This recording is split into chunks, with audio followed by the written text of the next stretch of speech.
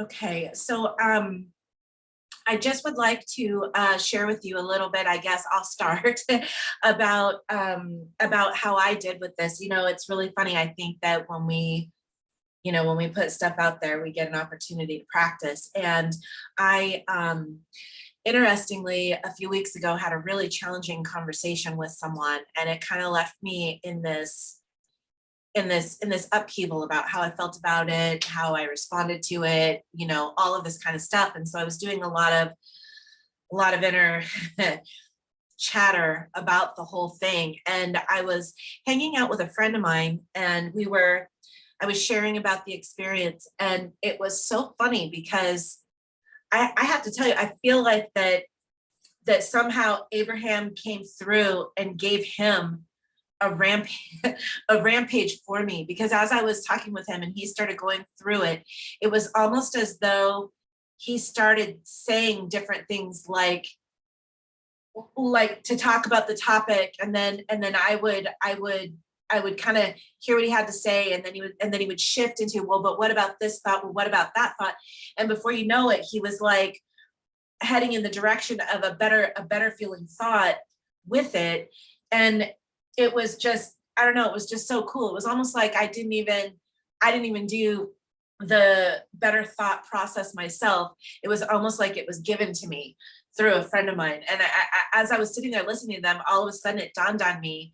I was like, wait a minute, this is like reaching for the better feeling thought. And I don't know, I just thought that was so cool. And funny too, when I was writing our tapping meditation for today, I started thinking about how the tapping is, and when we're tapping, right, we're first tapping into things that don't feel good, and we're calming our body by the tapping at the same time, so that we can calm down our body response to be able to embrace those maybe more negative thoughts. But then as the meditation goes on, that's the whole shift of the meditation, then, is to go into better feeling thoughts and bring you into a different space than you were in the beginning of whatever it is that you were looking at. So I don't know, for myself, I thought those were some cool insights that I gathered from the process 13 that we worked on. Okay, so before we get started, I just would like to connect with everyone a little bit. So I'd love it if you would just kind of, I don't know, maybe if you're not sharing specific about the process, I'd love to hear from you a little bit, see how you are. See if there's anything that did come up with you over the last few weeks that you would like to talk about, anything like that. Hi, this is Jenny. I can speak. Did you want us to speak or put it in the chat? I would love for you to speak. Okay, great. This is Jenny. This is my first meeting. I'm so excited to be here. I'm in another ABE group, and somebody told us about this one and said it was really good. So I'm excited to be here. And I don't know what happened last time, but I loved your story about how the message you needed came through in a way that you could receive it through your friends. So I think that that's a perfect example of the magic of all of this work. I love it. Yeah. Thank you for sharing that. Yeah, absolutely. Thank you. I'm so glad that you connected with it. Just for the sake of being able to share with everyone other opportunities, which group is it through MeetUp also?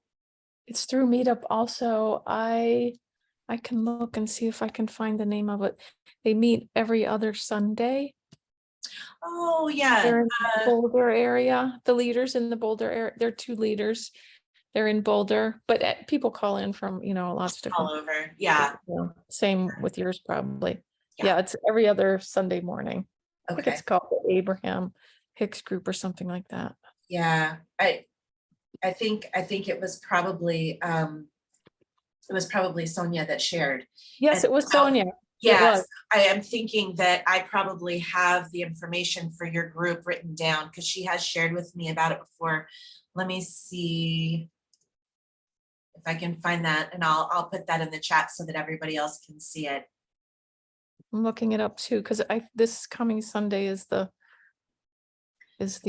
Boulder one. It's called a Boulder Abraham Hicks meetup group, and they meet every other Sunday usually, and this Sunday is the week they meet at 9:30 Mountain Time. Okay. So I had written a couple of these things down that had been shared in the past. And so I'm going to go ahead and put those in the chat. So the meeting that Ginny is speaking about is the middle one there, the group that meets on Sunday mornings. And then this Saturday group is another group that was shared about with us that I guess it looks like they're out of Denver. And then I think I had also shared someone had shared with us that there's asking to just give an audio on YouTube. And so that's that third link there. So if you guys want to copy those links, you're of course more than welcome to.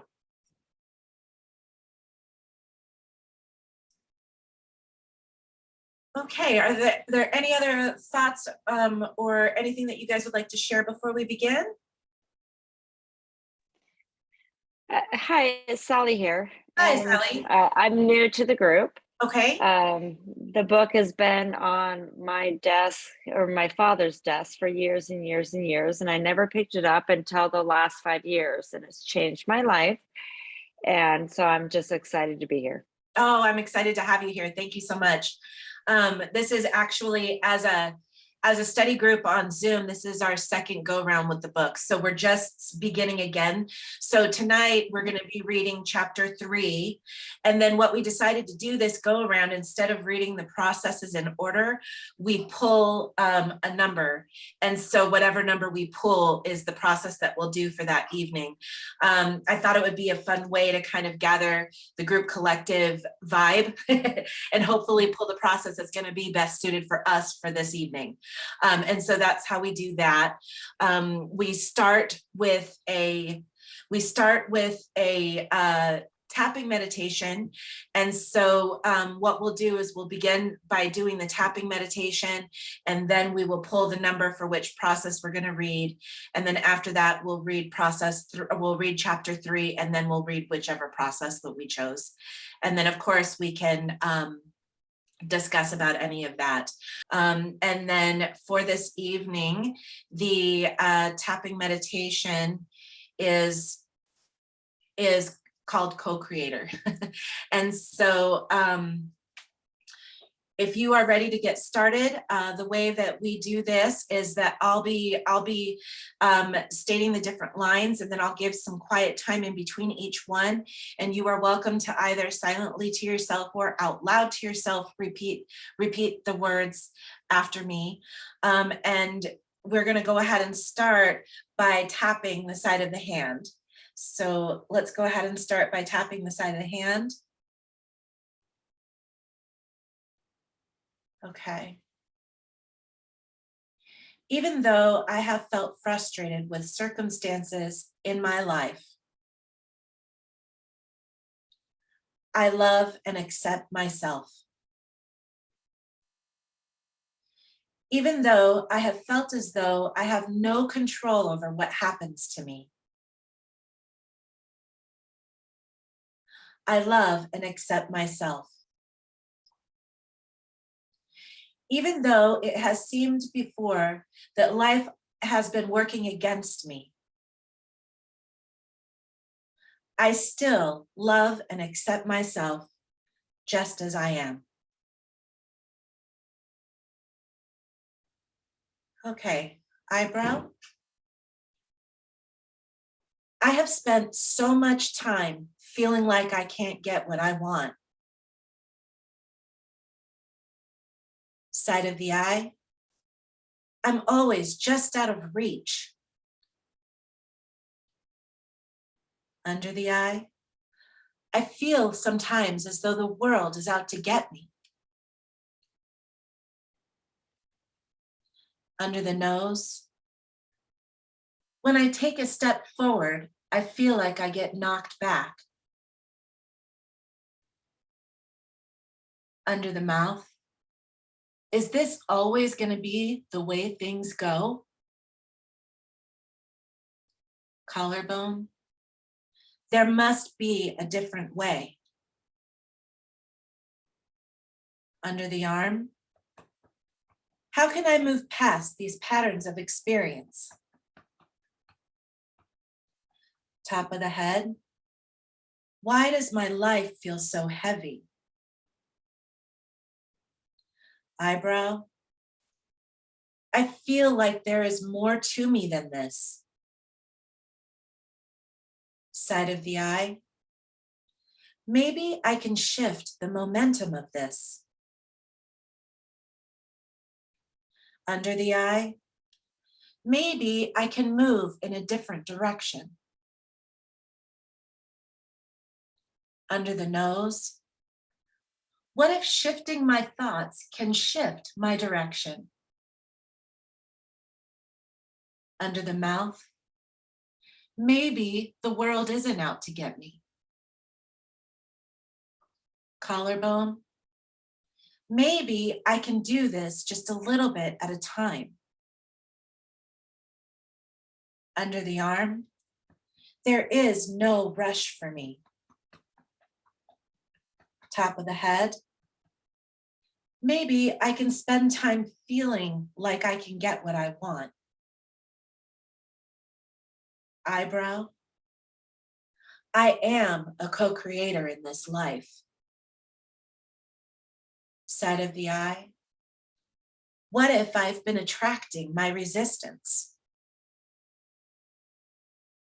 Under the eye. Maybe if I can do that, I can also attract non-resistance. Under the nose. If I can allow good feelings to come through right where I am. Under the mouth. Change the way I speak about myself and my life. Collarbone. Acknowledging the good that I have experienced and concentrate on that. Under the arm. Remembering the truth of who I am. Top of the head. I am responsible for where I am and what I attract. Eyebrow. I am an expansive being. Side of the eye. I am free to create my experience. Under the eye. No one has the ability to take away that freedom. Under the nose. I can embrace the good that has come. Under the mouth. I can create more good by that. Collarbone. I am feeling so much joy in the thought of this. Under the arm. I can do this at my own pace. Top of the head. Everything I want is available for me to allow in. Okay, with that, we're going to take a deep open mouth breath in.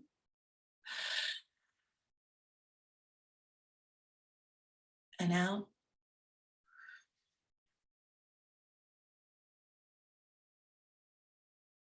And one more breath in.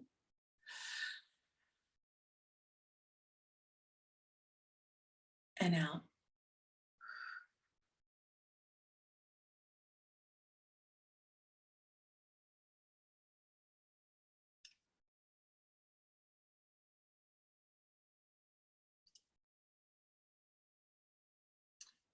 Okay, real quick, let's just touch base. How's everybody feeling?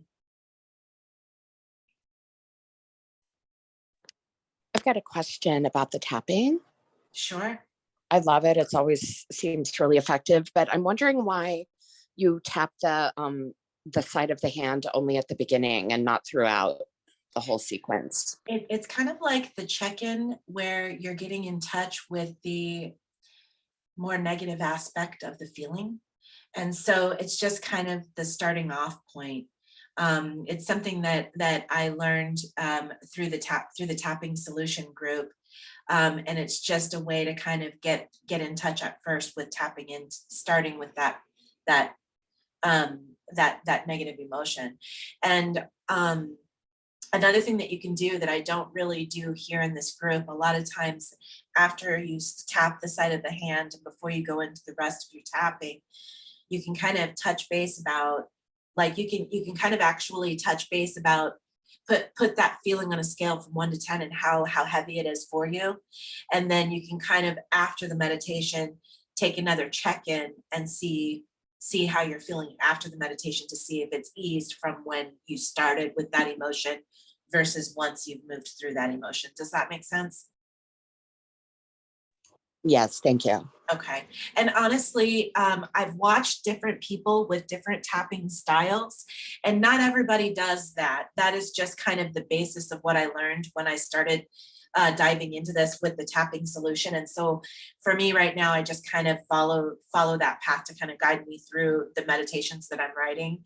But I noticed Yala Van Zandt did one during one of their summits, and she actually also included her kidney points. She would tap back there as well.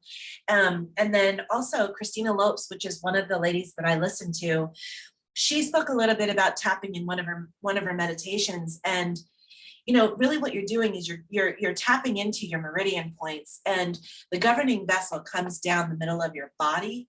And even if you didn't want to go through a whole series of different tapping set points, even if you just wanted to tap on your chest, you know, just to get that little bit, because that's going to activate those meridians and soften that. But I don't know if you guys, I would hope and I imagine that you do, but after I'm done with a tapping session, and it honestly, it's almost regardless of the words that are being spoken for me personally, after I'm done doing those tappings, my whole body, like I feel like a whole come over me. And it's just like a wonderful relaxation that kind of takes over. And that's where you have the ability to maybe take a look at information that might not be you know, it might be difficult to look at, but you've calmed your body so that you don't go into that fight or flight panic, so that you can actually move through those thoughts. Yeah, I had something come up the other day when I was driving on the freeway, and it was just a huge emotional release. I started crying, and so I pulled off the freeway and was really freaking out quite a bit. And then I went on YouTube and pulled up some tapping, and that really helped calm me down. Yeah. Yeah. And when you get into that moment, like I said, even just starting by just giving yourself some loving tapping on the chest may help you kind of at least get the process started for yourself when, you know, when you're in a situation and you don't have time to go through the whole series. But that's really great that you were able to do that and that it was helpful. Okay, so before we get into reading, we are going to be drawing for which process that we're going to be working on tonight. And so let me get this out. And process number 7. So let me get that pulled up for us. So process 7 is evaluating dreams. So that is going to be the process we're going to read for tonight, and it starts on page 193. So we are going to first read our chapter, and then we will move into our process. So for those of you with the book, we're going to be starting on page 11, and I'm going to go ahead and share screen for chapter into the discussion part. I just wanted to let you know, Sonia generally participates with us and shares some insights from the amazing power of deliberate intent, but she's not here this evening, so we're not going to have that extra share. And I just kind of wanted to let you guys know that before we go into the process. But I did want to share with you guys real quick. I had something kind of cool happen today. You know, for me, I definitely am embracing this book, and so many things have changed for me in life, but there are still some things that I'm still struggling to stay in alignment with, you know. I had a really cool experience happen today.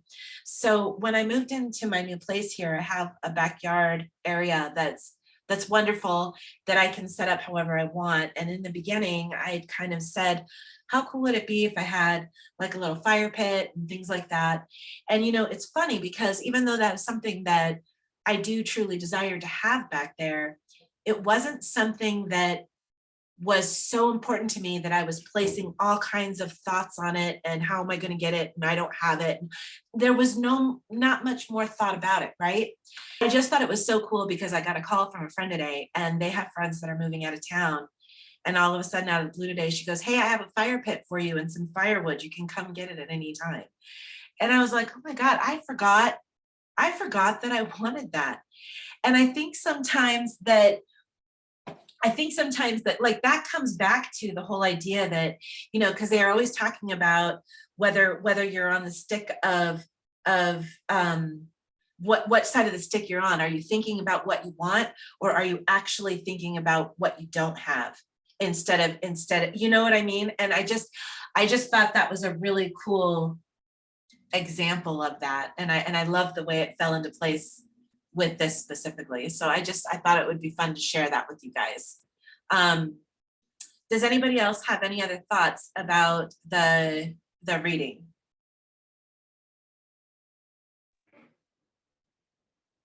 I do. I'm really concerned as I get older. I just washed my hair earlier, but I'm I'm really concerned because I want to create my own reality. And for some reason, I have 4 adult children, and for some reason, they want to create. Not all of them, but many of them want to create my reality, my reality, right? So the conflict exists, and sometimes it can be pretty, wow, you know, it's like mind-boggling. Because I was, for example, I was in real estate for over 20 years. And I sold everything and liquidated all because it was actually a divorce situation. And now that my children are older, especially one of them wants me to go back and recreate that with him. So I've been kind of wondering, is that what I really want to do again? And even, you know, I thought to myself, even though I would recreate it in a different version of what it was, recreated in a different version today for himself, and obviously he wants mom to be part of it, I just really still have a conflict with that because it's not really my reality. I don't feel that. So anyways, this really brought that up to my forefront. Yeah. You know, yeah. So I thought I'd share that because it's funny because you get older and you think, oh, okay, now the kids are grown, I can really do what I want to do, right? And no, I mean, one of them is saying, Mom, I'm moving to Idaho. Would you like to move with us? The other one says, I'm moving to Chicago. It's a vibrant city. How about if you buy something there, or if you move there with us, you know?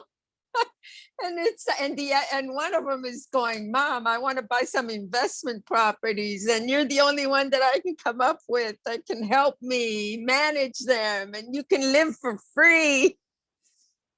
So it's like, wow. Yeah. You know, the funny thing is that I think in your talking about it, you answered your own question. You already said that is not my reality. So you've already answered your own question as far as what direction you want to go in. exactly. And I feel that way more and more and more. It's just, how do I conceptualize that to introduce it to them in a way where, I'm not, I don't know. It's just difficult because they're my kids. Yeah, yeah, of course. And I think that in my spiritual coach, Ingrid Asimova, she talks a lot about what's your side of the street and what's somebody else's side of the street. And it's really important to take a look at that and to know that, is this my side of the street or is it theirs? And if you're kind and you're honest and you're authentic to yourself, then you've done your part and you've cleaned your side of the street. And however they choose to respond to that information, then that's their part. It's not up to you, and I think we do that a lot. I think we spend a lot of time trying to avoid conflict or make things okay or make sure everybody's happy, but that's actually not our job. And so how funny. But yeah, what a great read for you tonight with that. And I don't know, maybe you could just say, I will be so excited to come visit you in Chicago and Idaho. Yeah.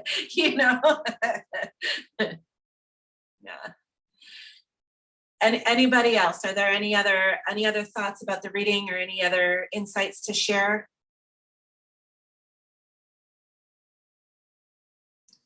Okay, so I think with that, we're going to go ahead and go into process 7. Let me get that on the screen for you.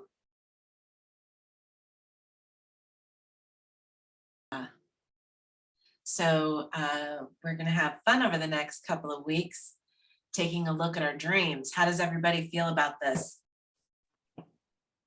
I love this. And if I could tell a little story of something that happened when I was like 10 years old, Absolutely. I really to do the splits. I wanted to be able to do the splits, but I couldn't. And anyway, I went to bed one night and I dreamt I was doing the splits in my dreams. And so when I woke up that morning, I just got on the floor and I fell right into the splits. Oh. It was just like early on, I kind of realized like the power of visualization and seeing something in your mind, and then you're able to reproduce it in real life. Yeah, that's like an instantaneous one, right? How cool. Does anybody else have anything else that they would like to share regarding this? I don't have any examples, but I really loved that. And I had not heard that story about Esther and Jerry's beginning. And I particularly loved hearing that. Yeah, I think it's cool. And it's cool because that happened, before all of this happened. So it's almost like Abraham being able to go back and say, hey, look how this worked out for them. Yes. Yeah. Well, I'm gonna request, if you're willing, to consider attempting to maybe write down one potential experience that happens over the next couple of weeks. If you do have a dream and you remember it and you're able to, do this process at all, or how you feel about it. The thing that I feel, as I've gone deeper into the practice of a law of attraction and learning more and more and listening to different segments on YouTube and all of that, the bottom line is that it's the feeling underneath. That's the most important part. It's more important than, like they said, than the dream. It's also more important than the thoughts, right? Because even with affirmation work, we do affirmation work, and sometimes I think we think, fake it till you make it. But what isn't told to us is that if what we're feeling underneath is not in alignment with the words that we're saying, the words that we're saying are not gonna mean anything, you know, because you have to be able to actually get into that feeling of it. And so, you know, if we could at least, if we could all try to write down one experience and see if we can, one dream experience, and see if we can get in touch with that. How did that dream feel? And see if we can connect it to anything that's going on with us so that we could share about it with each other next time. I'd really love to hear more from you guys. You know what I mean? As we move forward. I love sharing, but this isn't just about me sharing. This is about all of us sharing and connecting and deepening our experience with the work. So I'm truly looking forward to that, and looking forward to hearing back from you guys to see how that goes. Does anybody? Yeah, I have a question. I can never remember my dreams. Exactly. That's what I was going to say. Well, Okay. Well, maybe just try to take a little bit of time to do like they said in the beginning, to set the intention, you know, and if you don't remember the dream, maybe you can remember how you felt when you woke up versus any content that might have been there. You know what I mean? And just maybe try to take at least a couple of nights where you set that intention and see what happens for you. You know? yeah, I like that idea. Mhm. Yeah. And there's no right or wrong to this, you know, it's just a potential opportunity to get into. Really all they're doing is they're helping us realize that this is another way to show us whether we are in alignment or not in alignment with the direction that we truly want to go in, you know? So, okay, Mari, you had something to say? Yeah, in reference to that, I could never remember my dreams ever. And I've been doing some dream work recently, and I set the intention before I go to sleep. I say, I'm going to remember what I'm going to dream about. And believe it or not, after it took me about 6 weeks, but I remember so much that I would wake up and I'd say, no, I want to go back to sleep because I want to finish the dream. You know? And sometimes that happened too. So set the intention, try it. I mean, like I never remembered my dreams. Maybe because I didn't want to remember my dreams, because this is just for me. My dreams were so horrible and so painful and so much suffering that I didn't want to remember that. But then I set the intention of remembering my dreams. And so that's where I'm at now. It's like I'm really trying to bring it into me. So it'll be interesting now that I'm going to set the intention on this. So thank you for letting me share. Yeah, absolutely. Absolutely. Any other thoughts? Okay, well, I think we are on a mission for the next couple of weeks. I look forward to hearing back from everybody and finding out if we were able to remember any dreams and how that went for us. And in the meantime, I will be probably taking this and kind of cutting it up a little bit and posting some of it up onto the YouTube channel. So if you want to check that out, you're more than welcome to. Any other thoughts or anything else you'd like to share before we go? Thank you. This was great. Yeah, I just Yeah, wanted to thank you. and Denise, your puppy is so cute. Yeah. You Oh want her? I'm my gonna- God, I love it. I'm gonna strangle her. I love it. We have coyotes and stuff around, and if she gets the smell of one, you know, it's forget it. She's This gotta- is all, gotta- yeah. goes nuts. So So All right. I'm gonna have to go back and read the chapter and be present in it because Yeah. she totally took me away from that. But Well, Hey guys, Same. oh never mind. You guys can go. I'll talk after.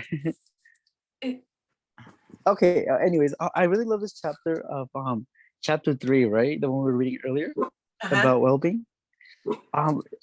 The reason I love it is because like I remember Abraham Hicks was talking about it in one of her videos about well-being. And I don't know, it's not in this chapter, but in the video she was mentioning the stream of well-being. Yeah. So like and she was like explaining how like let's say you have a stressful day, or like you're feeling like sad, or like, you know, you're feeling emotional. She was mentioning in one of her seminars, so imagine that as if there was a stream of well-being that you cannot see, but it's there. So like whenever you feel like sad or emotional, like, or things aren't going your way, just breathe in that well-being Yeah. and take it all in and just see how it transforms. And I've been doing it for a couple of months, and it feels really good. And I imagine it as if it was there, you know. I just take it all the time. The cool thing too is that I've also heard her go into that stream in the sense of, are you trying to row upstream against the current of well-being, or are you allowing yourself to get in and go with the flow of that current of well-being? And that's really everything in here. That's exactly what we're being taught, right? Is to turn our paddle and our boat around and allow ourselves to be in alignment with that flow. Yeah. Wow. That's cool. That's cool. That's amazing. That's so cool. To connect that. Okay. Any other thoughts before we go? All right. Well, I look forward to seeing you guys in 2 weeks. We'll be doing chapter 4, talking about our dreams and pulling for the next process. Okay. Thank you. Thank you so much. Have a great night. Thank you. Thank Good night, you. everyone. Thank you. Good night. Good night, everybody. Good night.